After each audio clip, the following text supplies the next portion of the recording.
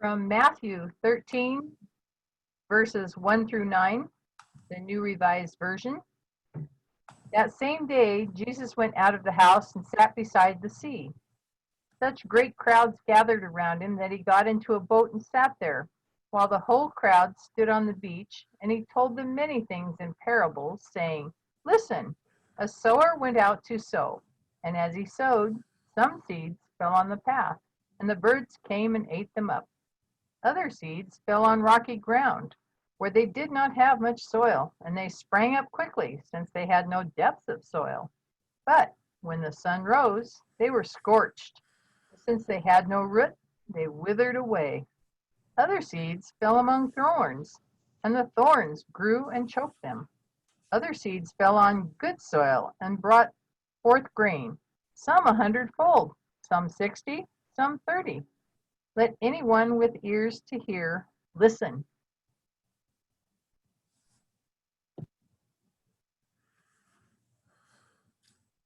Good morning, church. So Mark Boyd is our special guest today from Insidsen. And I wanted to share with you a special video created about our camps on behalf of our camps. Because truth be told, people, if you've never been there, then if you've never had a chance yet to go to Insidsen, I hope you will find the time soon. But if you've been there, you know how beautiful, sacred, and joyful that space is. And as Mark is in the habit of saying, Insidsen is your place on the lake. It is our spiritual home on the lake for all of us in the Pacific Northwest Conference of the United Church of Christ. And we'll be sharing a little bit more about that. But first, I'd like you to see this video.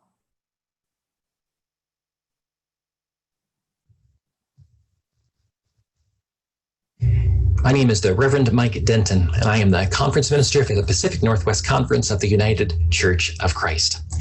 These have been unprecedented times requiring unprecedented actions from all of us. And your camps, in particular, have stepped up in some amazing ways, continuing to provide a sacred oasis for those who have needed them. On the other side of this pandemic, we're going to continue to need places like Pilgrim Firs and Insidsen, where people can go to reconnect and to heal. The video that you're about to see talks about some ways that you can support their mission right now and continue to support their mission of changing lives for years to come. The idea that because of a pandemic, we could lose camps is incredibly frightening. We want people to come and reflect and think and pray and meditate. That changes lives, that changes the way that people are moving out of here. That's, to me, the power of camp. COVID-19 dramatically changed who we are this year. Right now, we're having some hard times funding all the things underneath because we simply were not able to have camps here safely. And so we're looking at a budget deficit. What the pandemic is teaching all of us, especially as we're becoming isolated at home, it's a reminder that how important these spaces are. And that's the reason that we reach out to people and ask for that support, is how can we help save your camps? These camps aren't mine. They don't belong to the people that are running to them. They belong to the people who come. If you're looking at this video and you're part of the UCC Church, you're already part of this community. Just because you haven't been to one of the family reunions doesn't mean you're not part of the family. It's your home on the lake. Between us, we've spent about 2 years of our lives at Pilgrim Firs. 1 week at a time. I came in 1980. 10 years. 20 years. For over 20 years. 20 years. For over 30 years. 32 years. 34 years. It's because of our community that this place will last. Why Pilgrim Firs? I feel a great sense of decompression. as if I'm being disarmed and allowed to slow down. A sense of restoration and peacefulness. I made my best friends at camp. My godparents of my child are people that I met at camp. Our campers grew in their faith and learned to see God in nature, in each other, and especially in themselves. I don't know what kind of person I would be without camp. Camp encourages everyone to lead their day-to-day life with love. Bonds with people that I had no idea I'd be able to connect with. I feel like camp gave me a really good space to be authentically myself. Camp is an investment in the positivity of our world. The silence, the warmth. One of the best experiences. And I couldn't imagine not being able to come here. I really wish to spend my summer once again in Westminster. In this setting, our souls, bodies, hearts, and minds are challenged and find affirmations that life is good and we matter. I have been able to witness how it has changed the lives of so many people, including myself. Camp changes lives. Camp changes lives. Changes lives. Camp changes lives. Changes lives. Camp changed my life. My life. Our lives. My life. Our life. My life. My life. My life. My life. My life. Changed my life. Changed my life. Camp changed my life. We understand this is a sacred space for so many. Remember this camp. Remember the stories you've had here and the stories you want to continue to have here. And they will be here because you have given. And we want this to continue to be that safe space, that sacred space where individuals are able to take a pause, to breathe, to reflect, and then go out and change the world.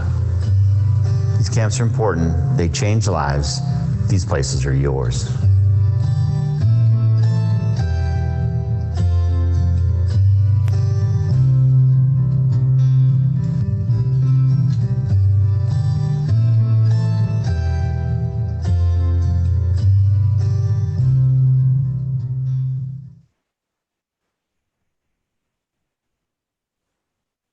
That's a beautiful video. I hope you enjoyed it. I found it a very great affirmation of a very profound truth. These are our camps and they change lives. Mark is here on his phone, I believe. I hope he can unmute himself so that he can join the conversation. I'd like to begin by saying, people, did you hear the text that Kathy read to us this morning from the Gospel of Matthew? It was all about a super abundant harvest. And I feel that it's important for you to know that a harvest like the one Jesus is talking about in this text was unthinkable. That in fact, in ancient Palestine at the time of Jesus Christ, a sevenfold harvest of grain that would have been scattered in fields would have been considered a good harvest. A 30-fold harvest, which he mentions, is in fact enough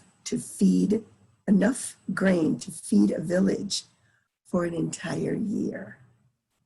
And he mentions a 100-fold harvest, which anybody listening would have said, that's ridiculous, because a 100-fold harvest would have fed an entire, not a village, but villages, enough so that the farmer could retire and live in wealth. So Jesus is talking about an abundance that is beyond reality. And I want you and me to hear that, because between COVID, between economic stagnation, between all the concerns and struggles of this time, we may be thinking as people who do not recognize abundance. We may be feeling people who are struggling with scarcity. But Jesus is saying the promise of the seed is in God's design, in God's will, God's intention, superabundance, superabundance. And I'd like you to consider Ensidson as part of that superabundant gift of God. I know you're there, Mark. Are you there, Mark?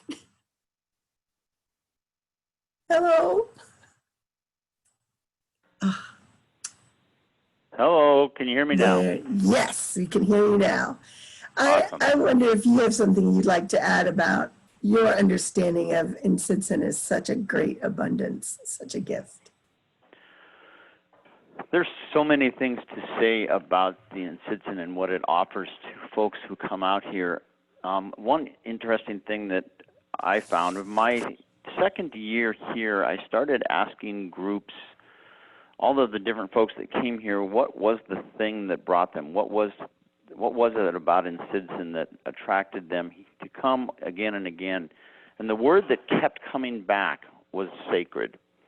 It came back not only from the church groups, but also the secular groups as well, and the other faith communities as well. So there's a sacredness that permeates this ground that goes very, very far back to the time when the Coeur d'Alenes had the property, because we all know that it belongs to them anyway. This is the First Peoples property, and we get to be here and to be caretakers for it.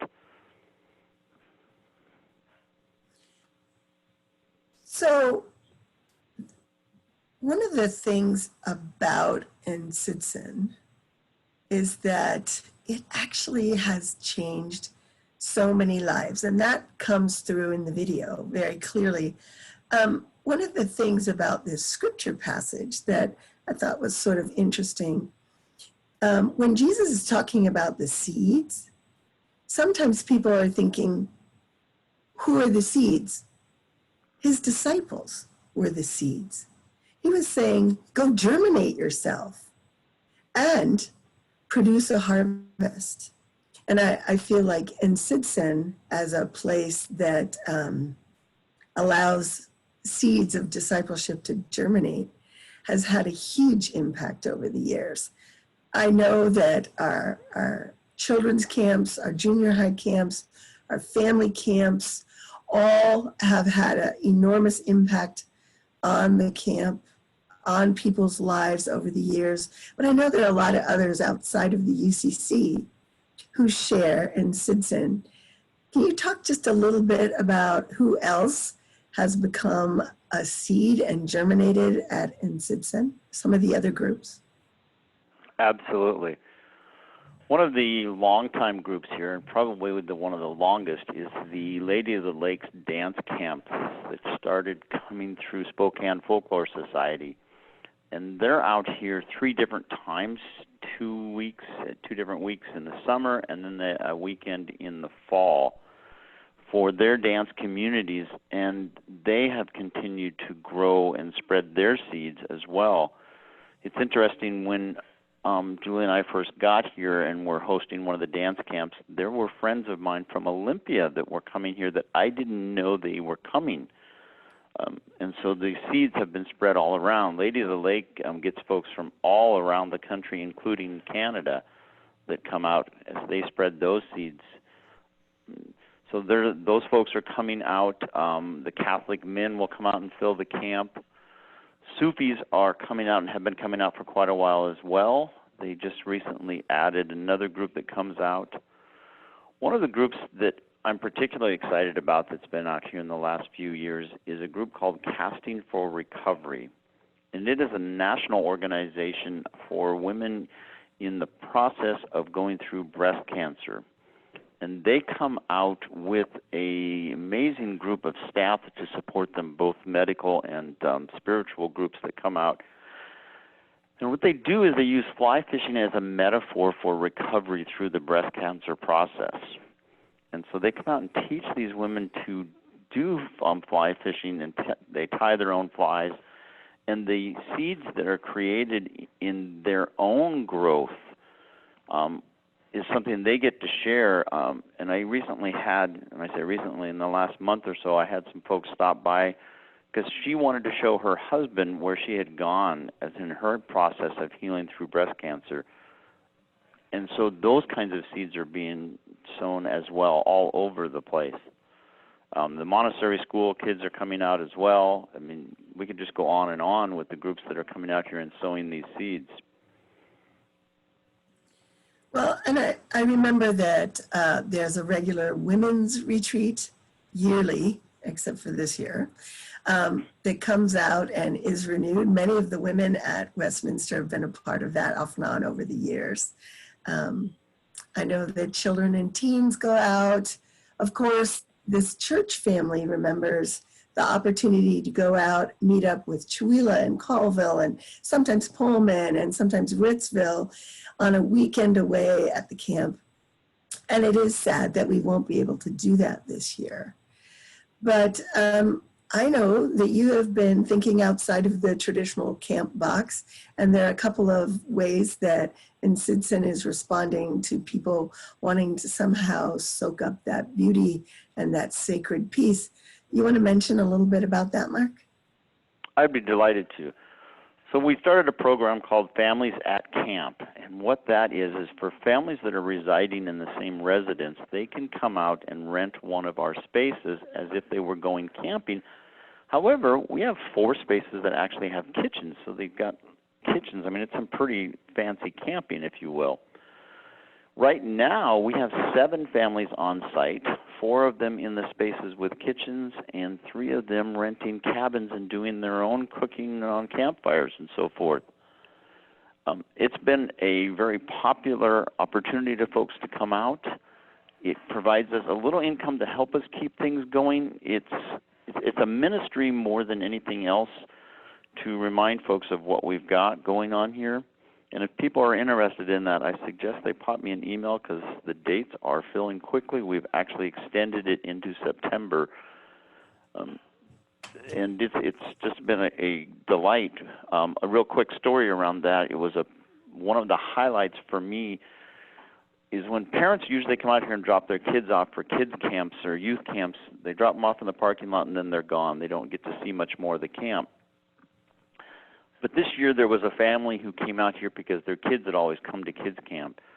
And to have the kids running around and showing mom and dad where everything was at that they were doing was such a delight because the parents had not seen these.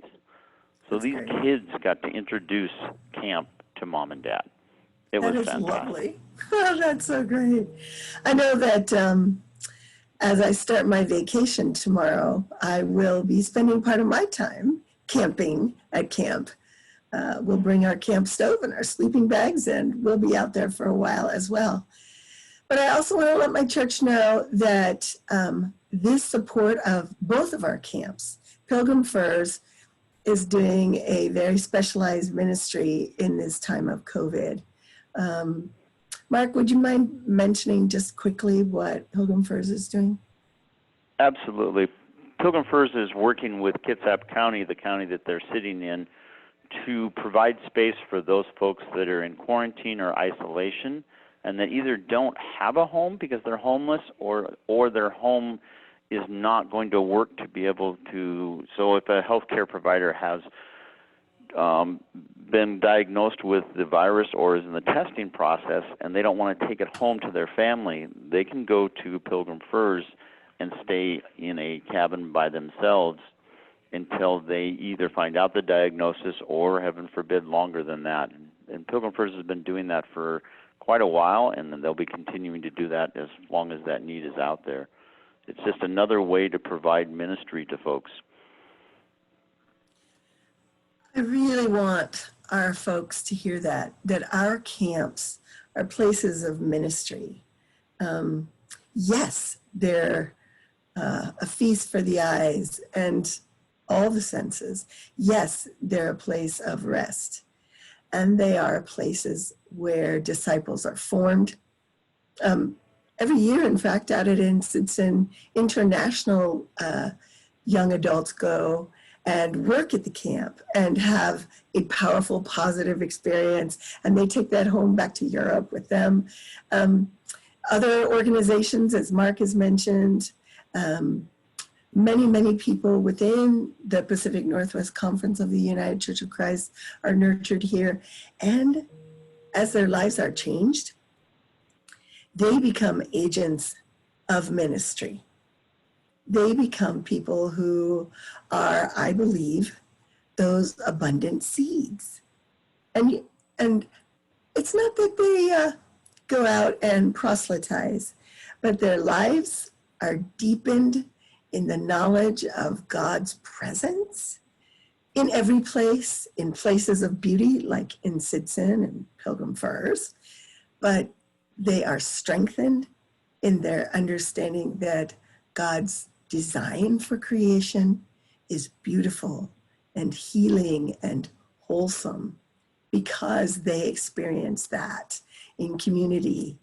The communities that form around camp, I see that Mary Stamp wrote that her granddaughter Frances just participated in the virtual junior high camp and loved it. This is yet another way that we create an abundant harvest. And I guess when Jesus says at the end of the story that Kathy read to us, he said, "Let those with ears listen." It means listen, understand, and recognize your opportunity to grow, to germinate, to be part of God's harvest of love and mercy and justice, of healing and welcome. We do that in our camps, and our camps strengthen us to do that in the world. So I want to ask you, as the members and friends of Westminster, to support our camp, to support InSitSin. Jim and I have agreed that we will write a check for $500 in support of InSitSin in this time of need. We want it to be a gift that will keep our camp for our children and the generations to come, and all those who have learned about the camp and been strengthened or healed by this camp. I invite you to give as well. I know when it comes to our time of offering, there will be an opportunity for you to give specifically to the camps through the Pacific Northwest Conference website. And I urge you to do that. If you were thinking of coming to camp in September and you'd set that money aside for camp in September, give that money to the camp. Support InSitSin. Thank you, folks. Thank you. And may you be an abundant harvest. May camp strengthen you with an abundant harvest. Let us remember to be Christ's disciples, abundant in love, mercy, justice, and peace. Amen.